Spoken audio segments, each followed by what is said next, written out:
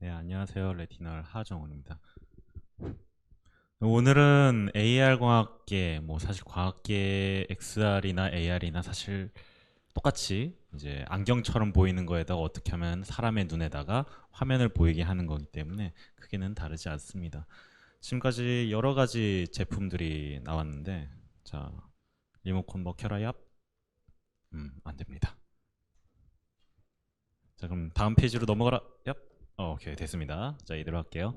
자, 사실 2012년 구글 글래스부터 지금까지 쭉 여러 가지 AR 글래스들이 나왔어요. 위쪽을 보시면은 주로 이제 좀 안경 형태의 작은 폼팩터의 것들, 그리고 아래쪽은 마이크로소프트 홀로렌즈를 시작으로 최근에 방금 교수님께서 말씀해 주셨던 애플 비전 프로까지 다양한 디바이스들이 나와 있습니다.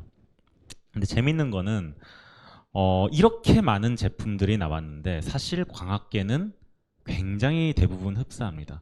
다음 페이지를 보시면 광학계로 나누면 크게 버드베스, 웨이브가이드, 그리고 최근에 방금 애플 비전 프로에서 소개시켜줬던 비디오 시스루, 광학계적으로 하면 팬케이크 렌즈, 사실상 이제 VR을 작게 얇게 만든 렌즈, 이렇게 크게 세 가지로 나뉘게 됩니다.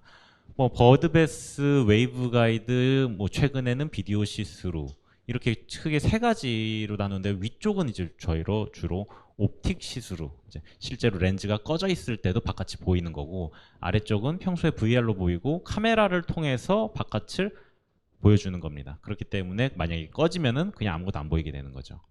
그래서 옵틱 시스루에는 두 가지, 비디오 시스루에 한 가지가 있었다는 게 비교적 최근까지 약 2012년부터 2022년까지의 이야기였습니다. 근데 최근에 새로운 광학계가 이제 각광받고 있는 게 다음 페이지에 이제 레티널의 핀틸트 구조라고 하는 새로운 광학 구조가 나왔습니다.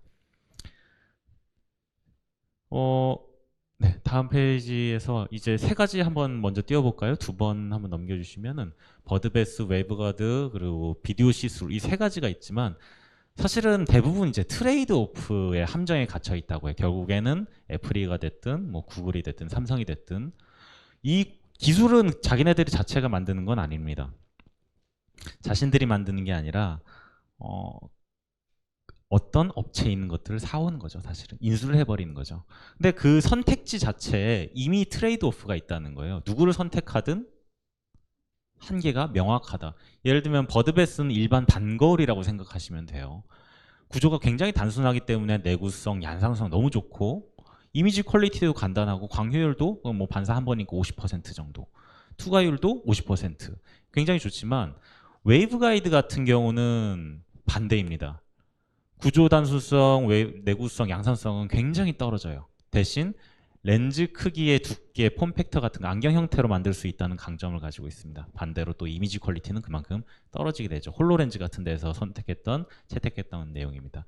비디오 시스루도 마찬가지입니다. 결국에는 큰 화각을 가지고 있긴 하지만 광효율적인 측면에서, 렌즈 두께적인 측면에서, 폼팩터적인 측면에서 단점을 가질 수밖에 없습니다. 네, 우리가 이거를 시간 팩터로 한번 좀 보겠습니다. 다음 페이지 주시면 결국에는 사람은 얼마나 이걸 쓰느냐가 중요해요. 이게 커서 오랫동안 못 써. 2시간을 기준으로 해볼까요? 렌즈 두께가 너무 두껍고 폼팩터가 커서 못 써. 혹은 가볍긴 한데 이미지 퀄리티가 너무 안 좋고 광효율 때문에 배터리가 2시간 쓰려면 엄청 무거워져서 2시간 동안 못 써. 이런 문제가 발생합니다. 기존의 세 가지 솔루션은 다 여기에 막혀 있어요.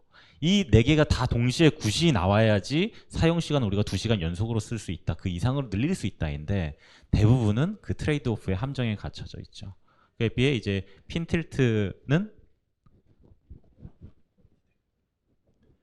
같은 경우는 이 무게, 즉 시간이란 측면에 대해서 봤을 때 모든 것을 해결한 광학 솔루션이다. 자, 어떻게 했느냐, 그걸 넘어가기 전에 결국에 무슨 이야기냐, 가벼워야 돼요. 근데 가벼워야 되는데 광학계 자체의 부피와 무게만의 문제가 아니라는 겁니다. 앞서 나왔듯이 애플 비전 프로는 이만한 배터리 팩을 들고 있음에도 2시간밖에 동작을 하지 않아요. 실제로 VR도 사람이 이 무게는 2시간 정도 착용하기에는 땀 차고 무겁고 목이 아파집니다. 그래서 그 앞에 있던 어떤 솔루션도 안경 형태로 만들면 버드베스는 여기랑 배터리는 좀 가볍죠. 하지만 여기가 무거워서 콧잔등이 아픕니다. 웨이브 가이드는 이렇게 만들었지만 배터리가 사실은 이것보다 훨씬 더 커요. 여기도 배터리고 여기도 배터리고. 결국에는 무거워서 또 오래 못 써요. 비디오 시스루도 마찬가지입니다. 무거워서 오래 못 써요. 그게 광학계가 됐든 배터리가 됐든. 하지만 핀틸트 광학계는 광학계가 일단 기본적으로 작습니다. 그리고 배터리도 전력 소비량이 그래서 중요한데 전력 소비량이 굉장히 작게 돼서 이런 안경을 만들 수가 있게 되죠.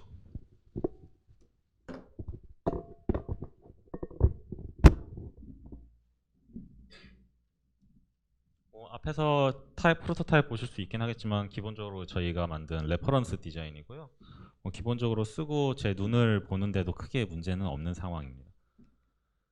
자, 그래서 이렇게 크게 4가지의 광학계가 현재 각광을 받고 있는데 왜 나머지 다른 광학계들이 역사는 오래됐습니다. 버드베스 같은 경우는 구글 글래스부터 앱손, ODG, 최근에는 이 ODG의 광학 기술이 이제 중국 특허가 이제 만료가 되면서 이제 공중으로 터졌죠. ODG가 사라지면서. 그러면서 엔리얼, 현재는 엑스리얼이라고 이름을 바꿔서 엑스리얼 제품으로 계속 유지가 되고 있는 상태고요. 기술적으로 봤을 때는 이 버드베스 기술은 기대치가 그냥 천천히 오르는 상황입니다.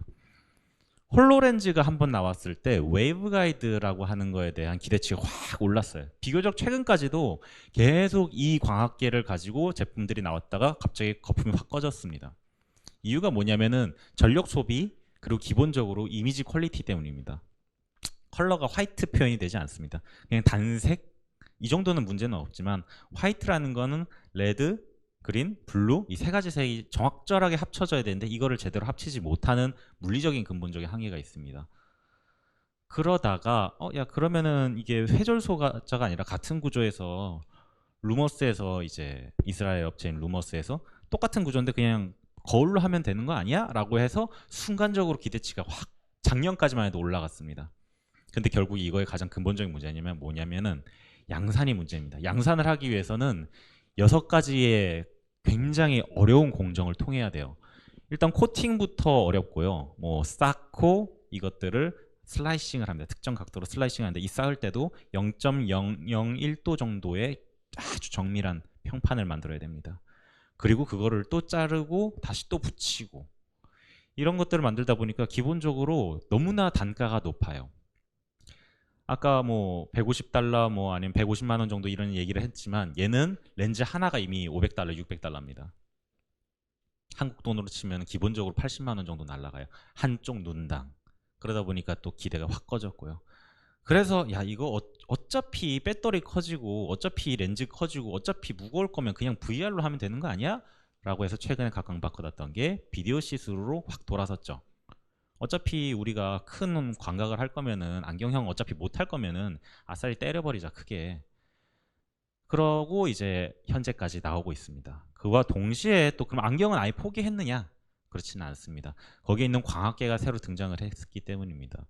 이게 저희의 렌즈 광학 모듈입니다. 다른 것들에 비해 훨씬 더 작고 뭐 추가적인 광학계, 두께 이런 것들에 대해서 모두 만족을 시켰습니다. 위에 있는 게 디스플레이고 안쪽에 여기를 통해서 보면은 뭐 밖에서 나중에 보시면 되겠지만 이미지를 볼 수 있게 됩니다. 기본적으로 얘는 비디오 시스루가 아니라 옵티컬 시스루이기 때문에 꺼졌을 때도 일상적으로 쓸 수 있는 무게와 시스루성을 가지고 있다는 게 좀 핵심이라서 안경 형태의 제품에 조금 더 각광을 받고 있습니다. 뭐 여러 가지 장점을 좀 더 설명을 드리면 공급망이 일단 간단해. 딴 광학계 같은 경우는 여기는 한 7가지 정도를 보여드렸는데 고난이도 기술이 한 7개 정도가 필요하고 각 고난이도 기술마다 업체가 다 가지고 있어요. 그리고 그 업체 같은 종류의 기술도 가지고 있는 업체가 다 똑같은 업체가 여러 개가 있습니다. 예를 들어 볼까요? 이 가운데 있는 유리판을 만들어야 됩니다. 반도체 공정에 있는 웨이퍼 가공 기술로 아주 정밀하게 만들어줘야 됩니다. 코치라거나 여러 가지 업체들이 그리고 또 여기 있는 회절 소자 있죠. 회절 소자도 흔히 말하는 홀로그래픽 소자 이 소자도 다 특허가 되어 있고 몇몇 업체들이 독점을 하고 있죠. 그러니까 이 렌즈를 만든다라는 업체들은 사실은 뭘 얘기하는 애들이냐 이 웨이브 가이드를 디자인하는 애들이고 이거를 합쳐서 만든 애들이에요. 심지어 프로젝터도 일반 디스플레이를 사용하지 못합니다. 엘코스라거나 새로운 프로젝터를 또 외주해서 맡겨야 돼요. 그래서 이 하나의 제품을 만드는데 다 각각의 업체가 이미 다 연결이 되어 있어야 되고 기술별로 경쟁 업체가 혼재 상황입니다. 그래서 가격을 맞추기가 굉장히 어렵다. 단 핀틸트는 그냥 렌즈 사출해가지고 사출해서 접합해서 디스플레이 붙이면 끝입니다. 그러다 보니까 공급망 자체가 굉장히 단순해서 가격 경쟁력을 좀 가지고 있다. 저희 제품은 일반적인 다른 제품들과 달리 유리로 만들지 않습니다. 유리로 만들지 않는다는 거는 양산성이 된다는 건데 왜 그러냐면 유리는 보통 깎아서 만들어요. 연마를 해서 만드는 반면 플라스틱도 깎아서 만들면 돈 많이 듭니다. 플라스틱이 적게 드는 이유는 그냥 사출해서 금형으로 그냥 싹 해서 사출해버리면 되는 거기 때문이에요. 일반 플라스틱처럼. 그래서 사출하고 내부 코팅하고 접합하고 절삭하고 이제 디스플레이 붙이면은 이런 공정이 완료됩니다. 아까 얘기했던 유리는 기본적으로 공차가 굉장히 높은 렌즈에서 필요해요. 그래서 연마를 이런 식으로 했을 경우에 톨러런스가 10나노 정도입니다. 이거를 맞추기 위한 공정이 필요해요. 반면 핀틸트 구조 자체는 요구하는 과학적 허용 공차가 약 3000배 정도 차이가 납니다. 여긴 나노미터 수준에서 놀고 있고 저희는 마이크로미터 수준에서 놀고 있기 때문에 양산성이 이제 비교가 되지 않는 부분이죠. 그리고 또 일반적으로 웨이브 가이드라거나 다른 광학계에서는 물이 묻으면 동작을 안 해요. 그걸 때문에 이제 보호 커버라거나 지문이 묻지 않기 위해서 앞뒤에 보호 커버가 더 필요하거나 이런 식으로 두께가 결국에는 렌즈 자체는 얇을지 몰라도 앞에 있는 보호 커버 같은 것들을 추가해야 되는데 저희는 뭐 지문이 묻어도 물이 묻어도 그렇다고 앞에 나가서 이제 막 만지지 말아주세요. 다시 닦아야 되긴 합니다. 그래서 물이 묻어도 정상적으로 동작을 하게 됩니다. 왜냐하면은 전반사를 기본적으로 활용하는데 그 각도가 웨이브 가이드 XPP 익스펜더에서는 굉장히 좀 가파르지 않아요. 그냥 좀 누워 있는 상태입니다. 그러니까 조금만 기울어도 굴절률 1.3짜리 1.5짜리 렌즈에 1.3짜리 물이 묻으면 밖으로 튀어나갑니다. 하지만 저희는 굉장히 높은 각도를 사용하기 때문에 그것도 한 번만 사용하기 때문에 물이 묻어도 동작하는 데는 무리가 없습니다. 이게 어떤 강점을 가지냐면 굉장히 튼튼합니다. 유리가 아니라서 튼튼하고요. 이렇게 던져도 멀쩡합니다. 딴 데서는 뭐 불가능한 이야기입니다. 이거를 제일 좋아했던 데가 어디냐면은 그 미국 회사예요. 미국에서 스포츠용 안경을 좀 만들고 싶어 하던 게 있어요. 근데 거기서 좋아하는 게 결국 막 유리로 만들고 하면 다치니까 청각장애인 난청을 가지고 있는 운동선수들에게 저희 렌즈를 사용을 해서 이런 식으로 헬멧에 봐서 코치가 명령을 내리면 명령이라기보다는 가이드를 주면 이런 식으로 격한 운동에서도 쓸 수 있을 정도의 안전성을 가지고 있다. 그래서 얼마 전에 AT&T에서 좀 같이 콜라보를 해서 냈던 제품이고요. 이거는 방금 제가 썼던 거의 그 이전 버전입니다. 혹시 아이돌 좋아하시는 분들이 있을지 모르겠는데 일단 DMC니까 디지털 미디어 시티니까 제가 좋아하는 아이돌의 뮤직비디오를 한번 같이 감상해 보시는 게 좋을 것 같습니다. 이렇게 안경을 통해서 보면 제가 좋아하는 아이브가 나오죠. 그 외에도 여러 가지 뭐 인터넷이라거나 다른 것들이 가능해지 뭐 인터넷이라고 유튜브 기본적으로 요즘에는 삼성에서 덱스 같은 것들을 지원을 해가지고 미러링만 하더라도 여기서 다른 것들이 다 컨트롤을 하는 게 간편한 상황입니다. 그래서 이 안경 자체는 그냥 화면 모니터를 보이기 위한 여러 가지 센서라거나 이런 것 들어가 있는 것들이 아니고 그냥 화면을 복사하는 디스플레이 쓰고 다니는 디스플레이라고 생각하시면 될 것 같아요. 기본 구조에다가 이제 내부에다가 어떤 걸 넣느냐 그래서 핀미러를 넣느냐 미러 바를 넣느냐 하프미러를 받느냐 DOA-HO를 넣느냐에 따라서 여러 가지 구조적인 바리에이션이 가능한데 기본적인 구조를 저희는 핀 틸트라고 하고 지금 저기 안에 들어가 있는 거를 이제 컴바이너 계열에서 핀 미러라고 했지만 그 전까지는 저희가 핀 미러라고 많이 홍보를 했지만 구조적으로는 이제 핀 틸트라고 보시면 될 것 같습니다. 원래 오늘 나오시기로 하셨던 저희 대표님과 최근에 이번 CES에 공개하게 될 새로운 제품입니다. 이 경우는 훨씬 더 선명해지고 밝아졌습니다. 숫자로 치면 딴 데서는 배터리 문제라서 극단적으로 얘기해 볼게요.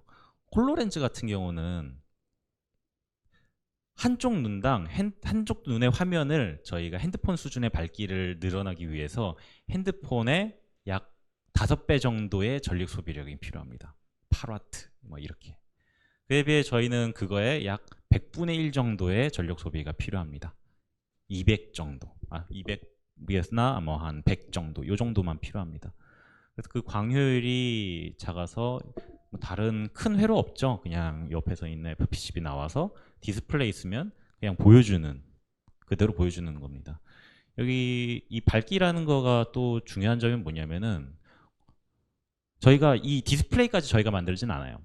근데 이 디스플레이가 아까 얘기했듯이 소니의 디스플레이를 저희는 현재 쓰고 다니는데 올레도스라고 하죠. 올레드 실리콘 웨이퍼 위에다가 붙이는 마이크로 디스플레이 계열인데 저것들이 아무리 밝아봤자 1000니트를 넘을 수는 없습니다.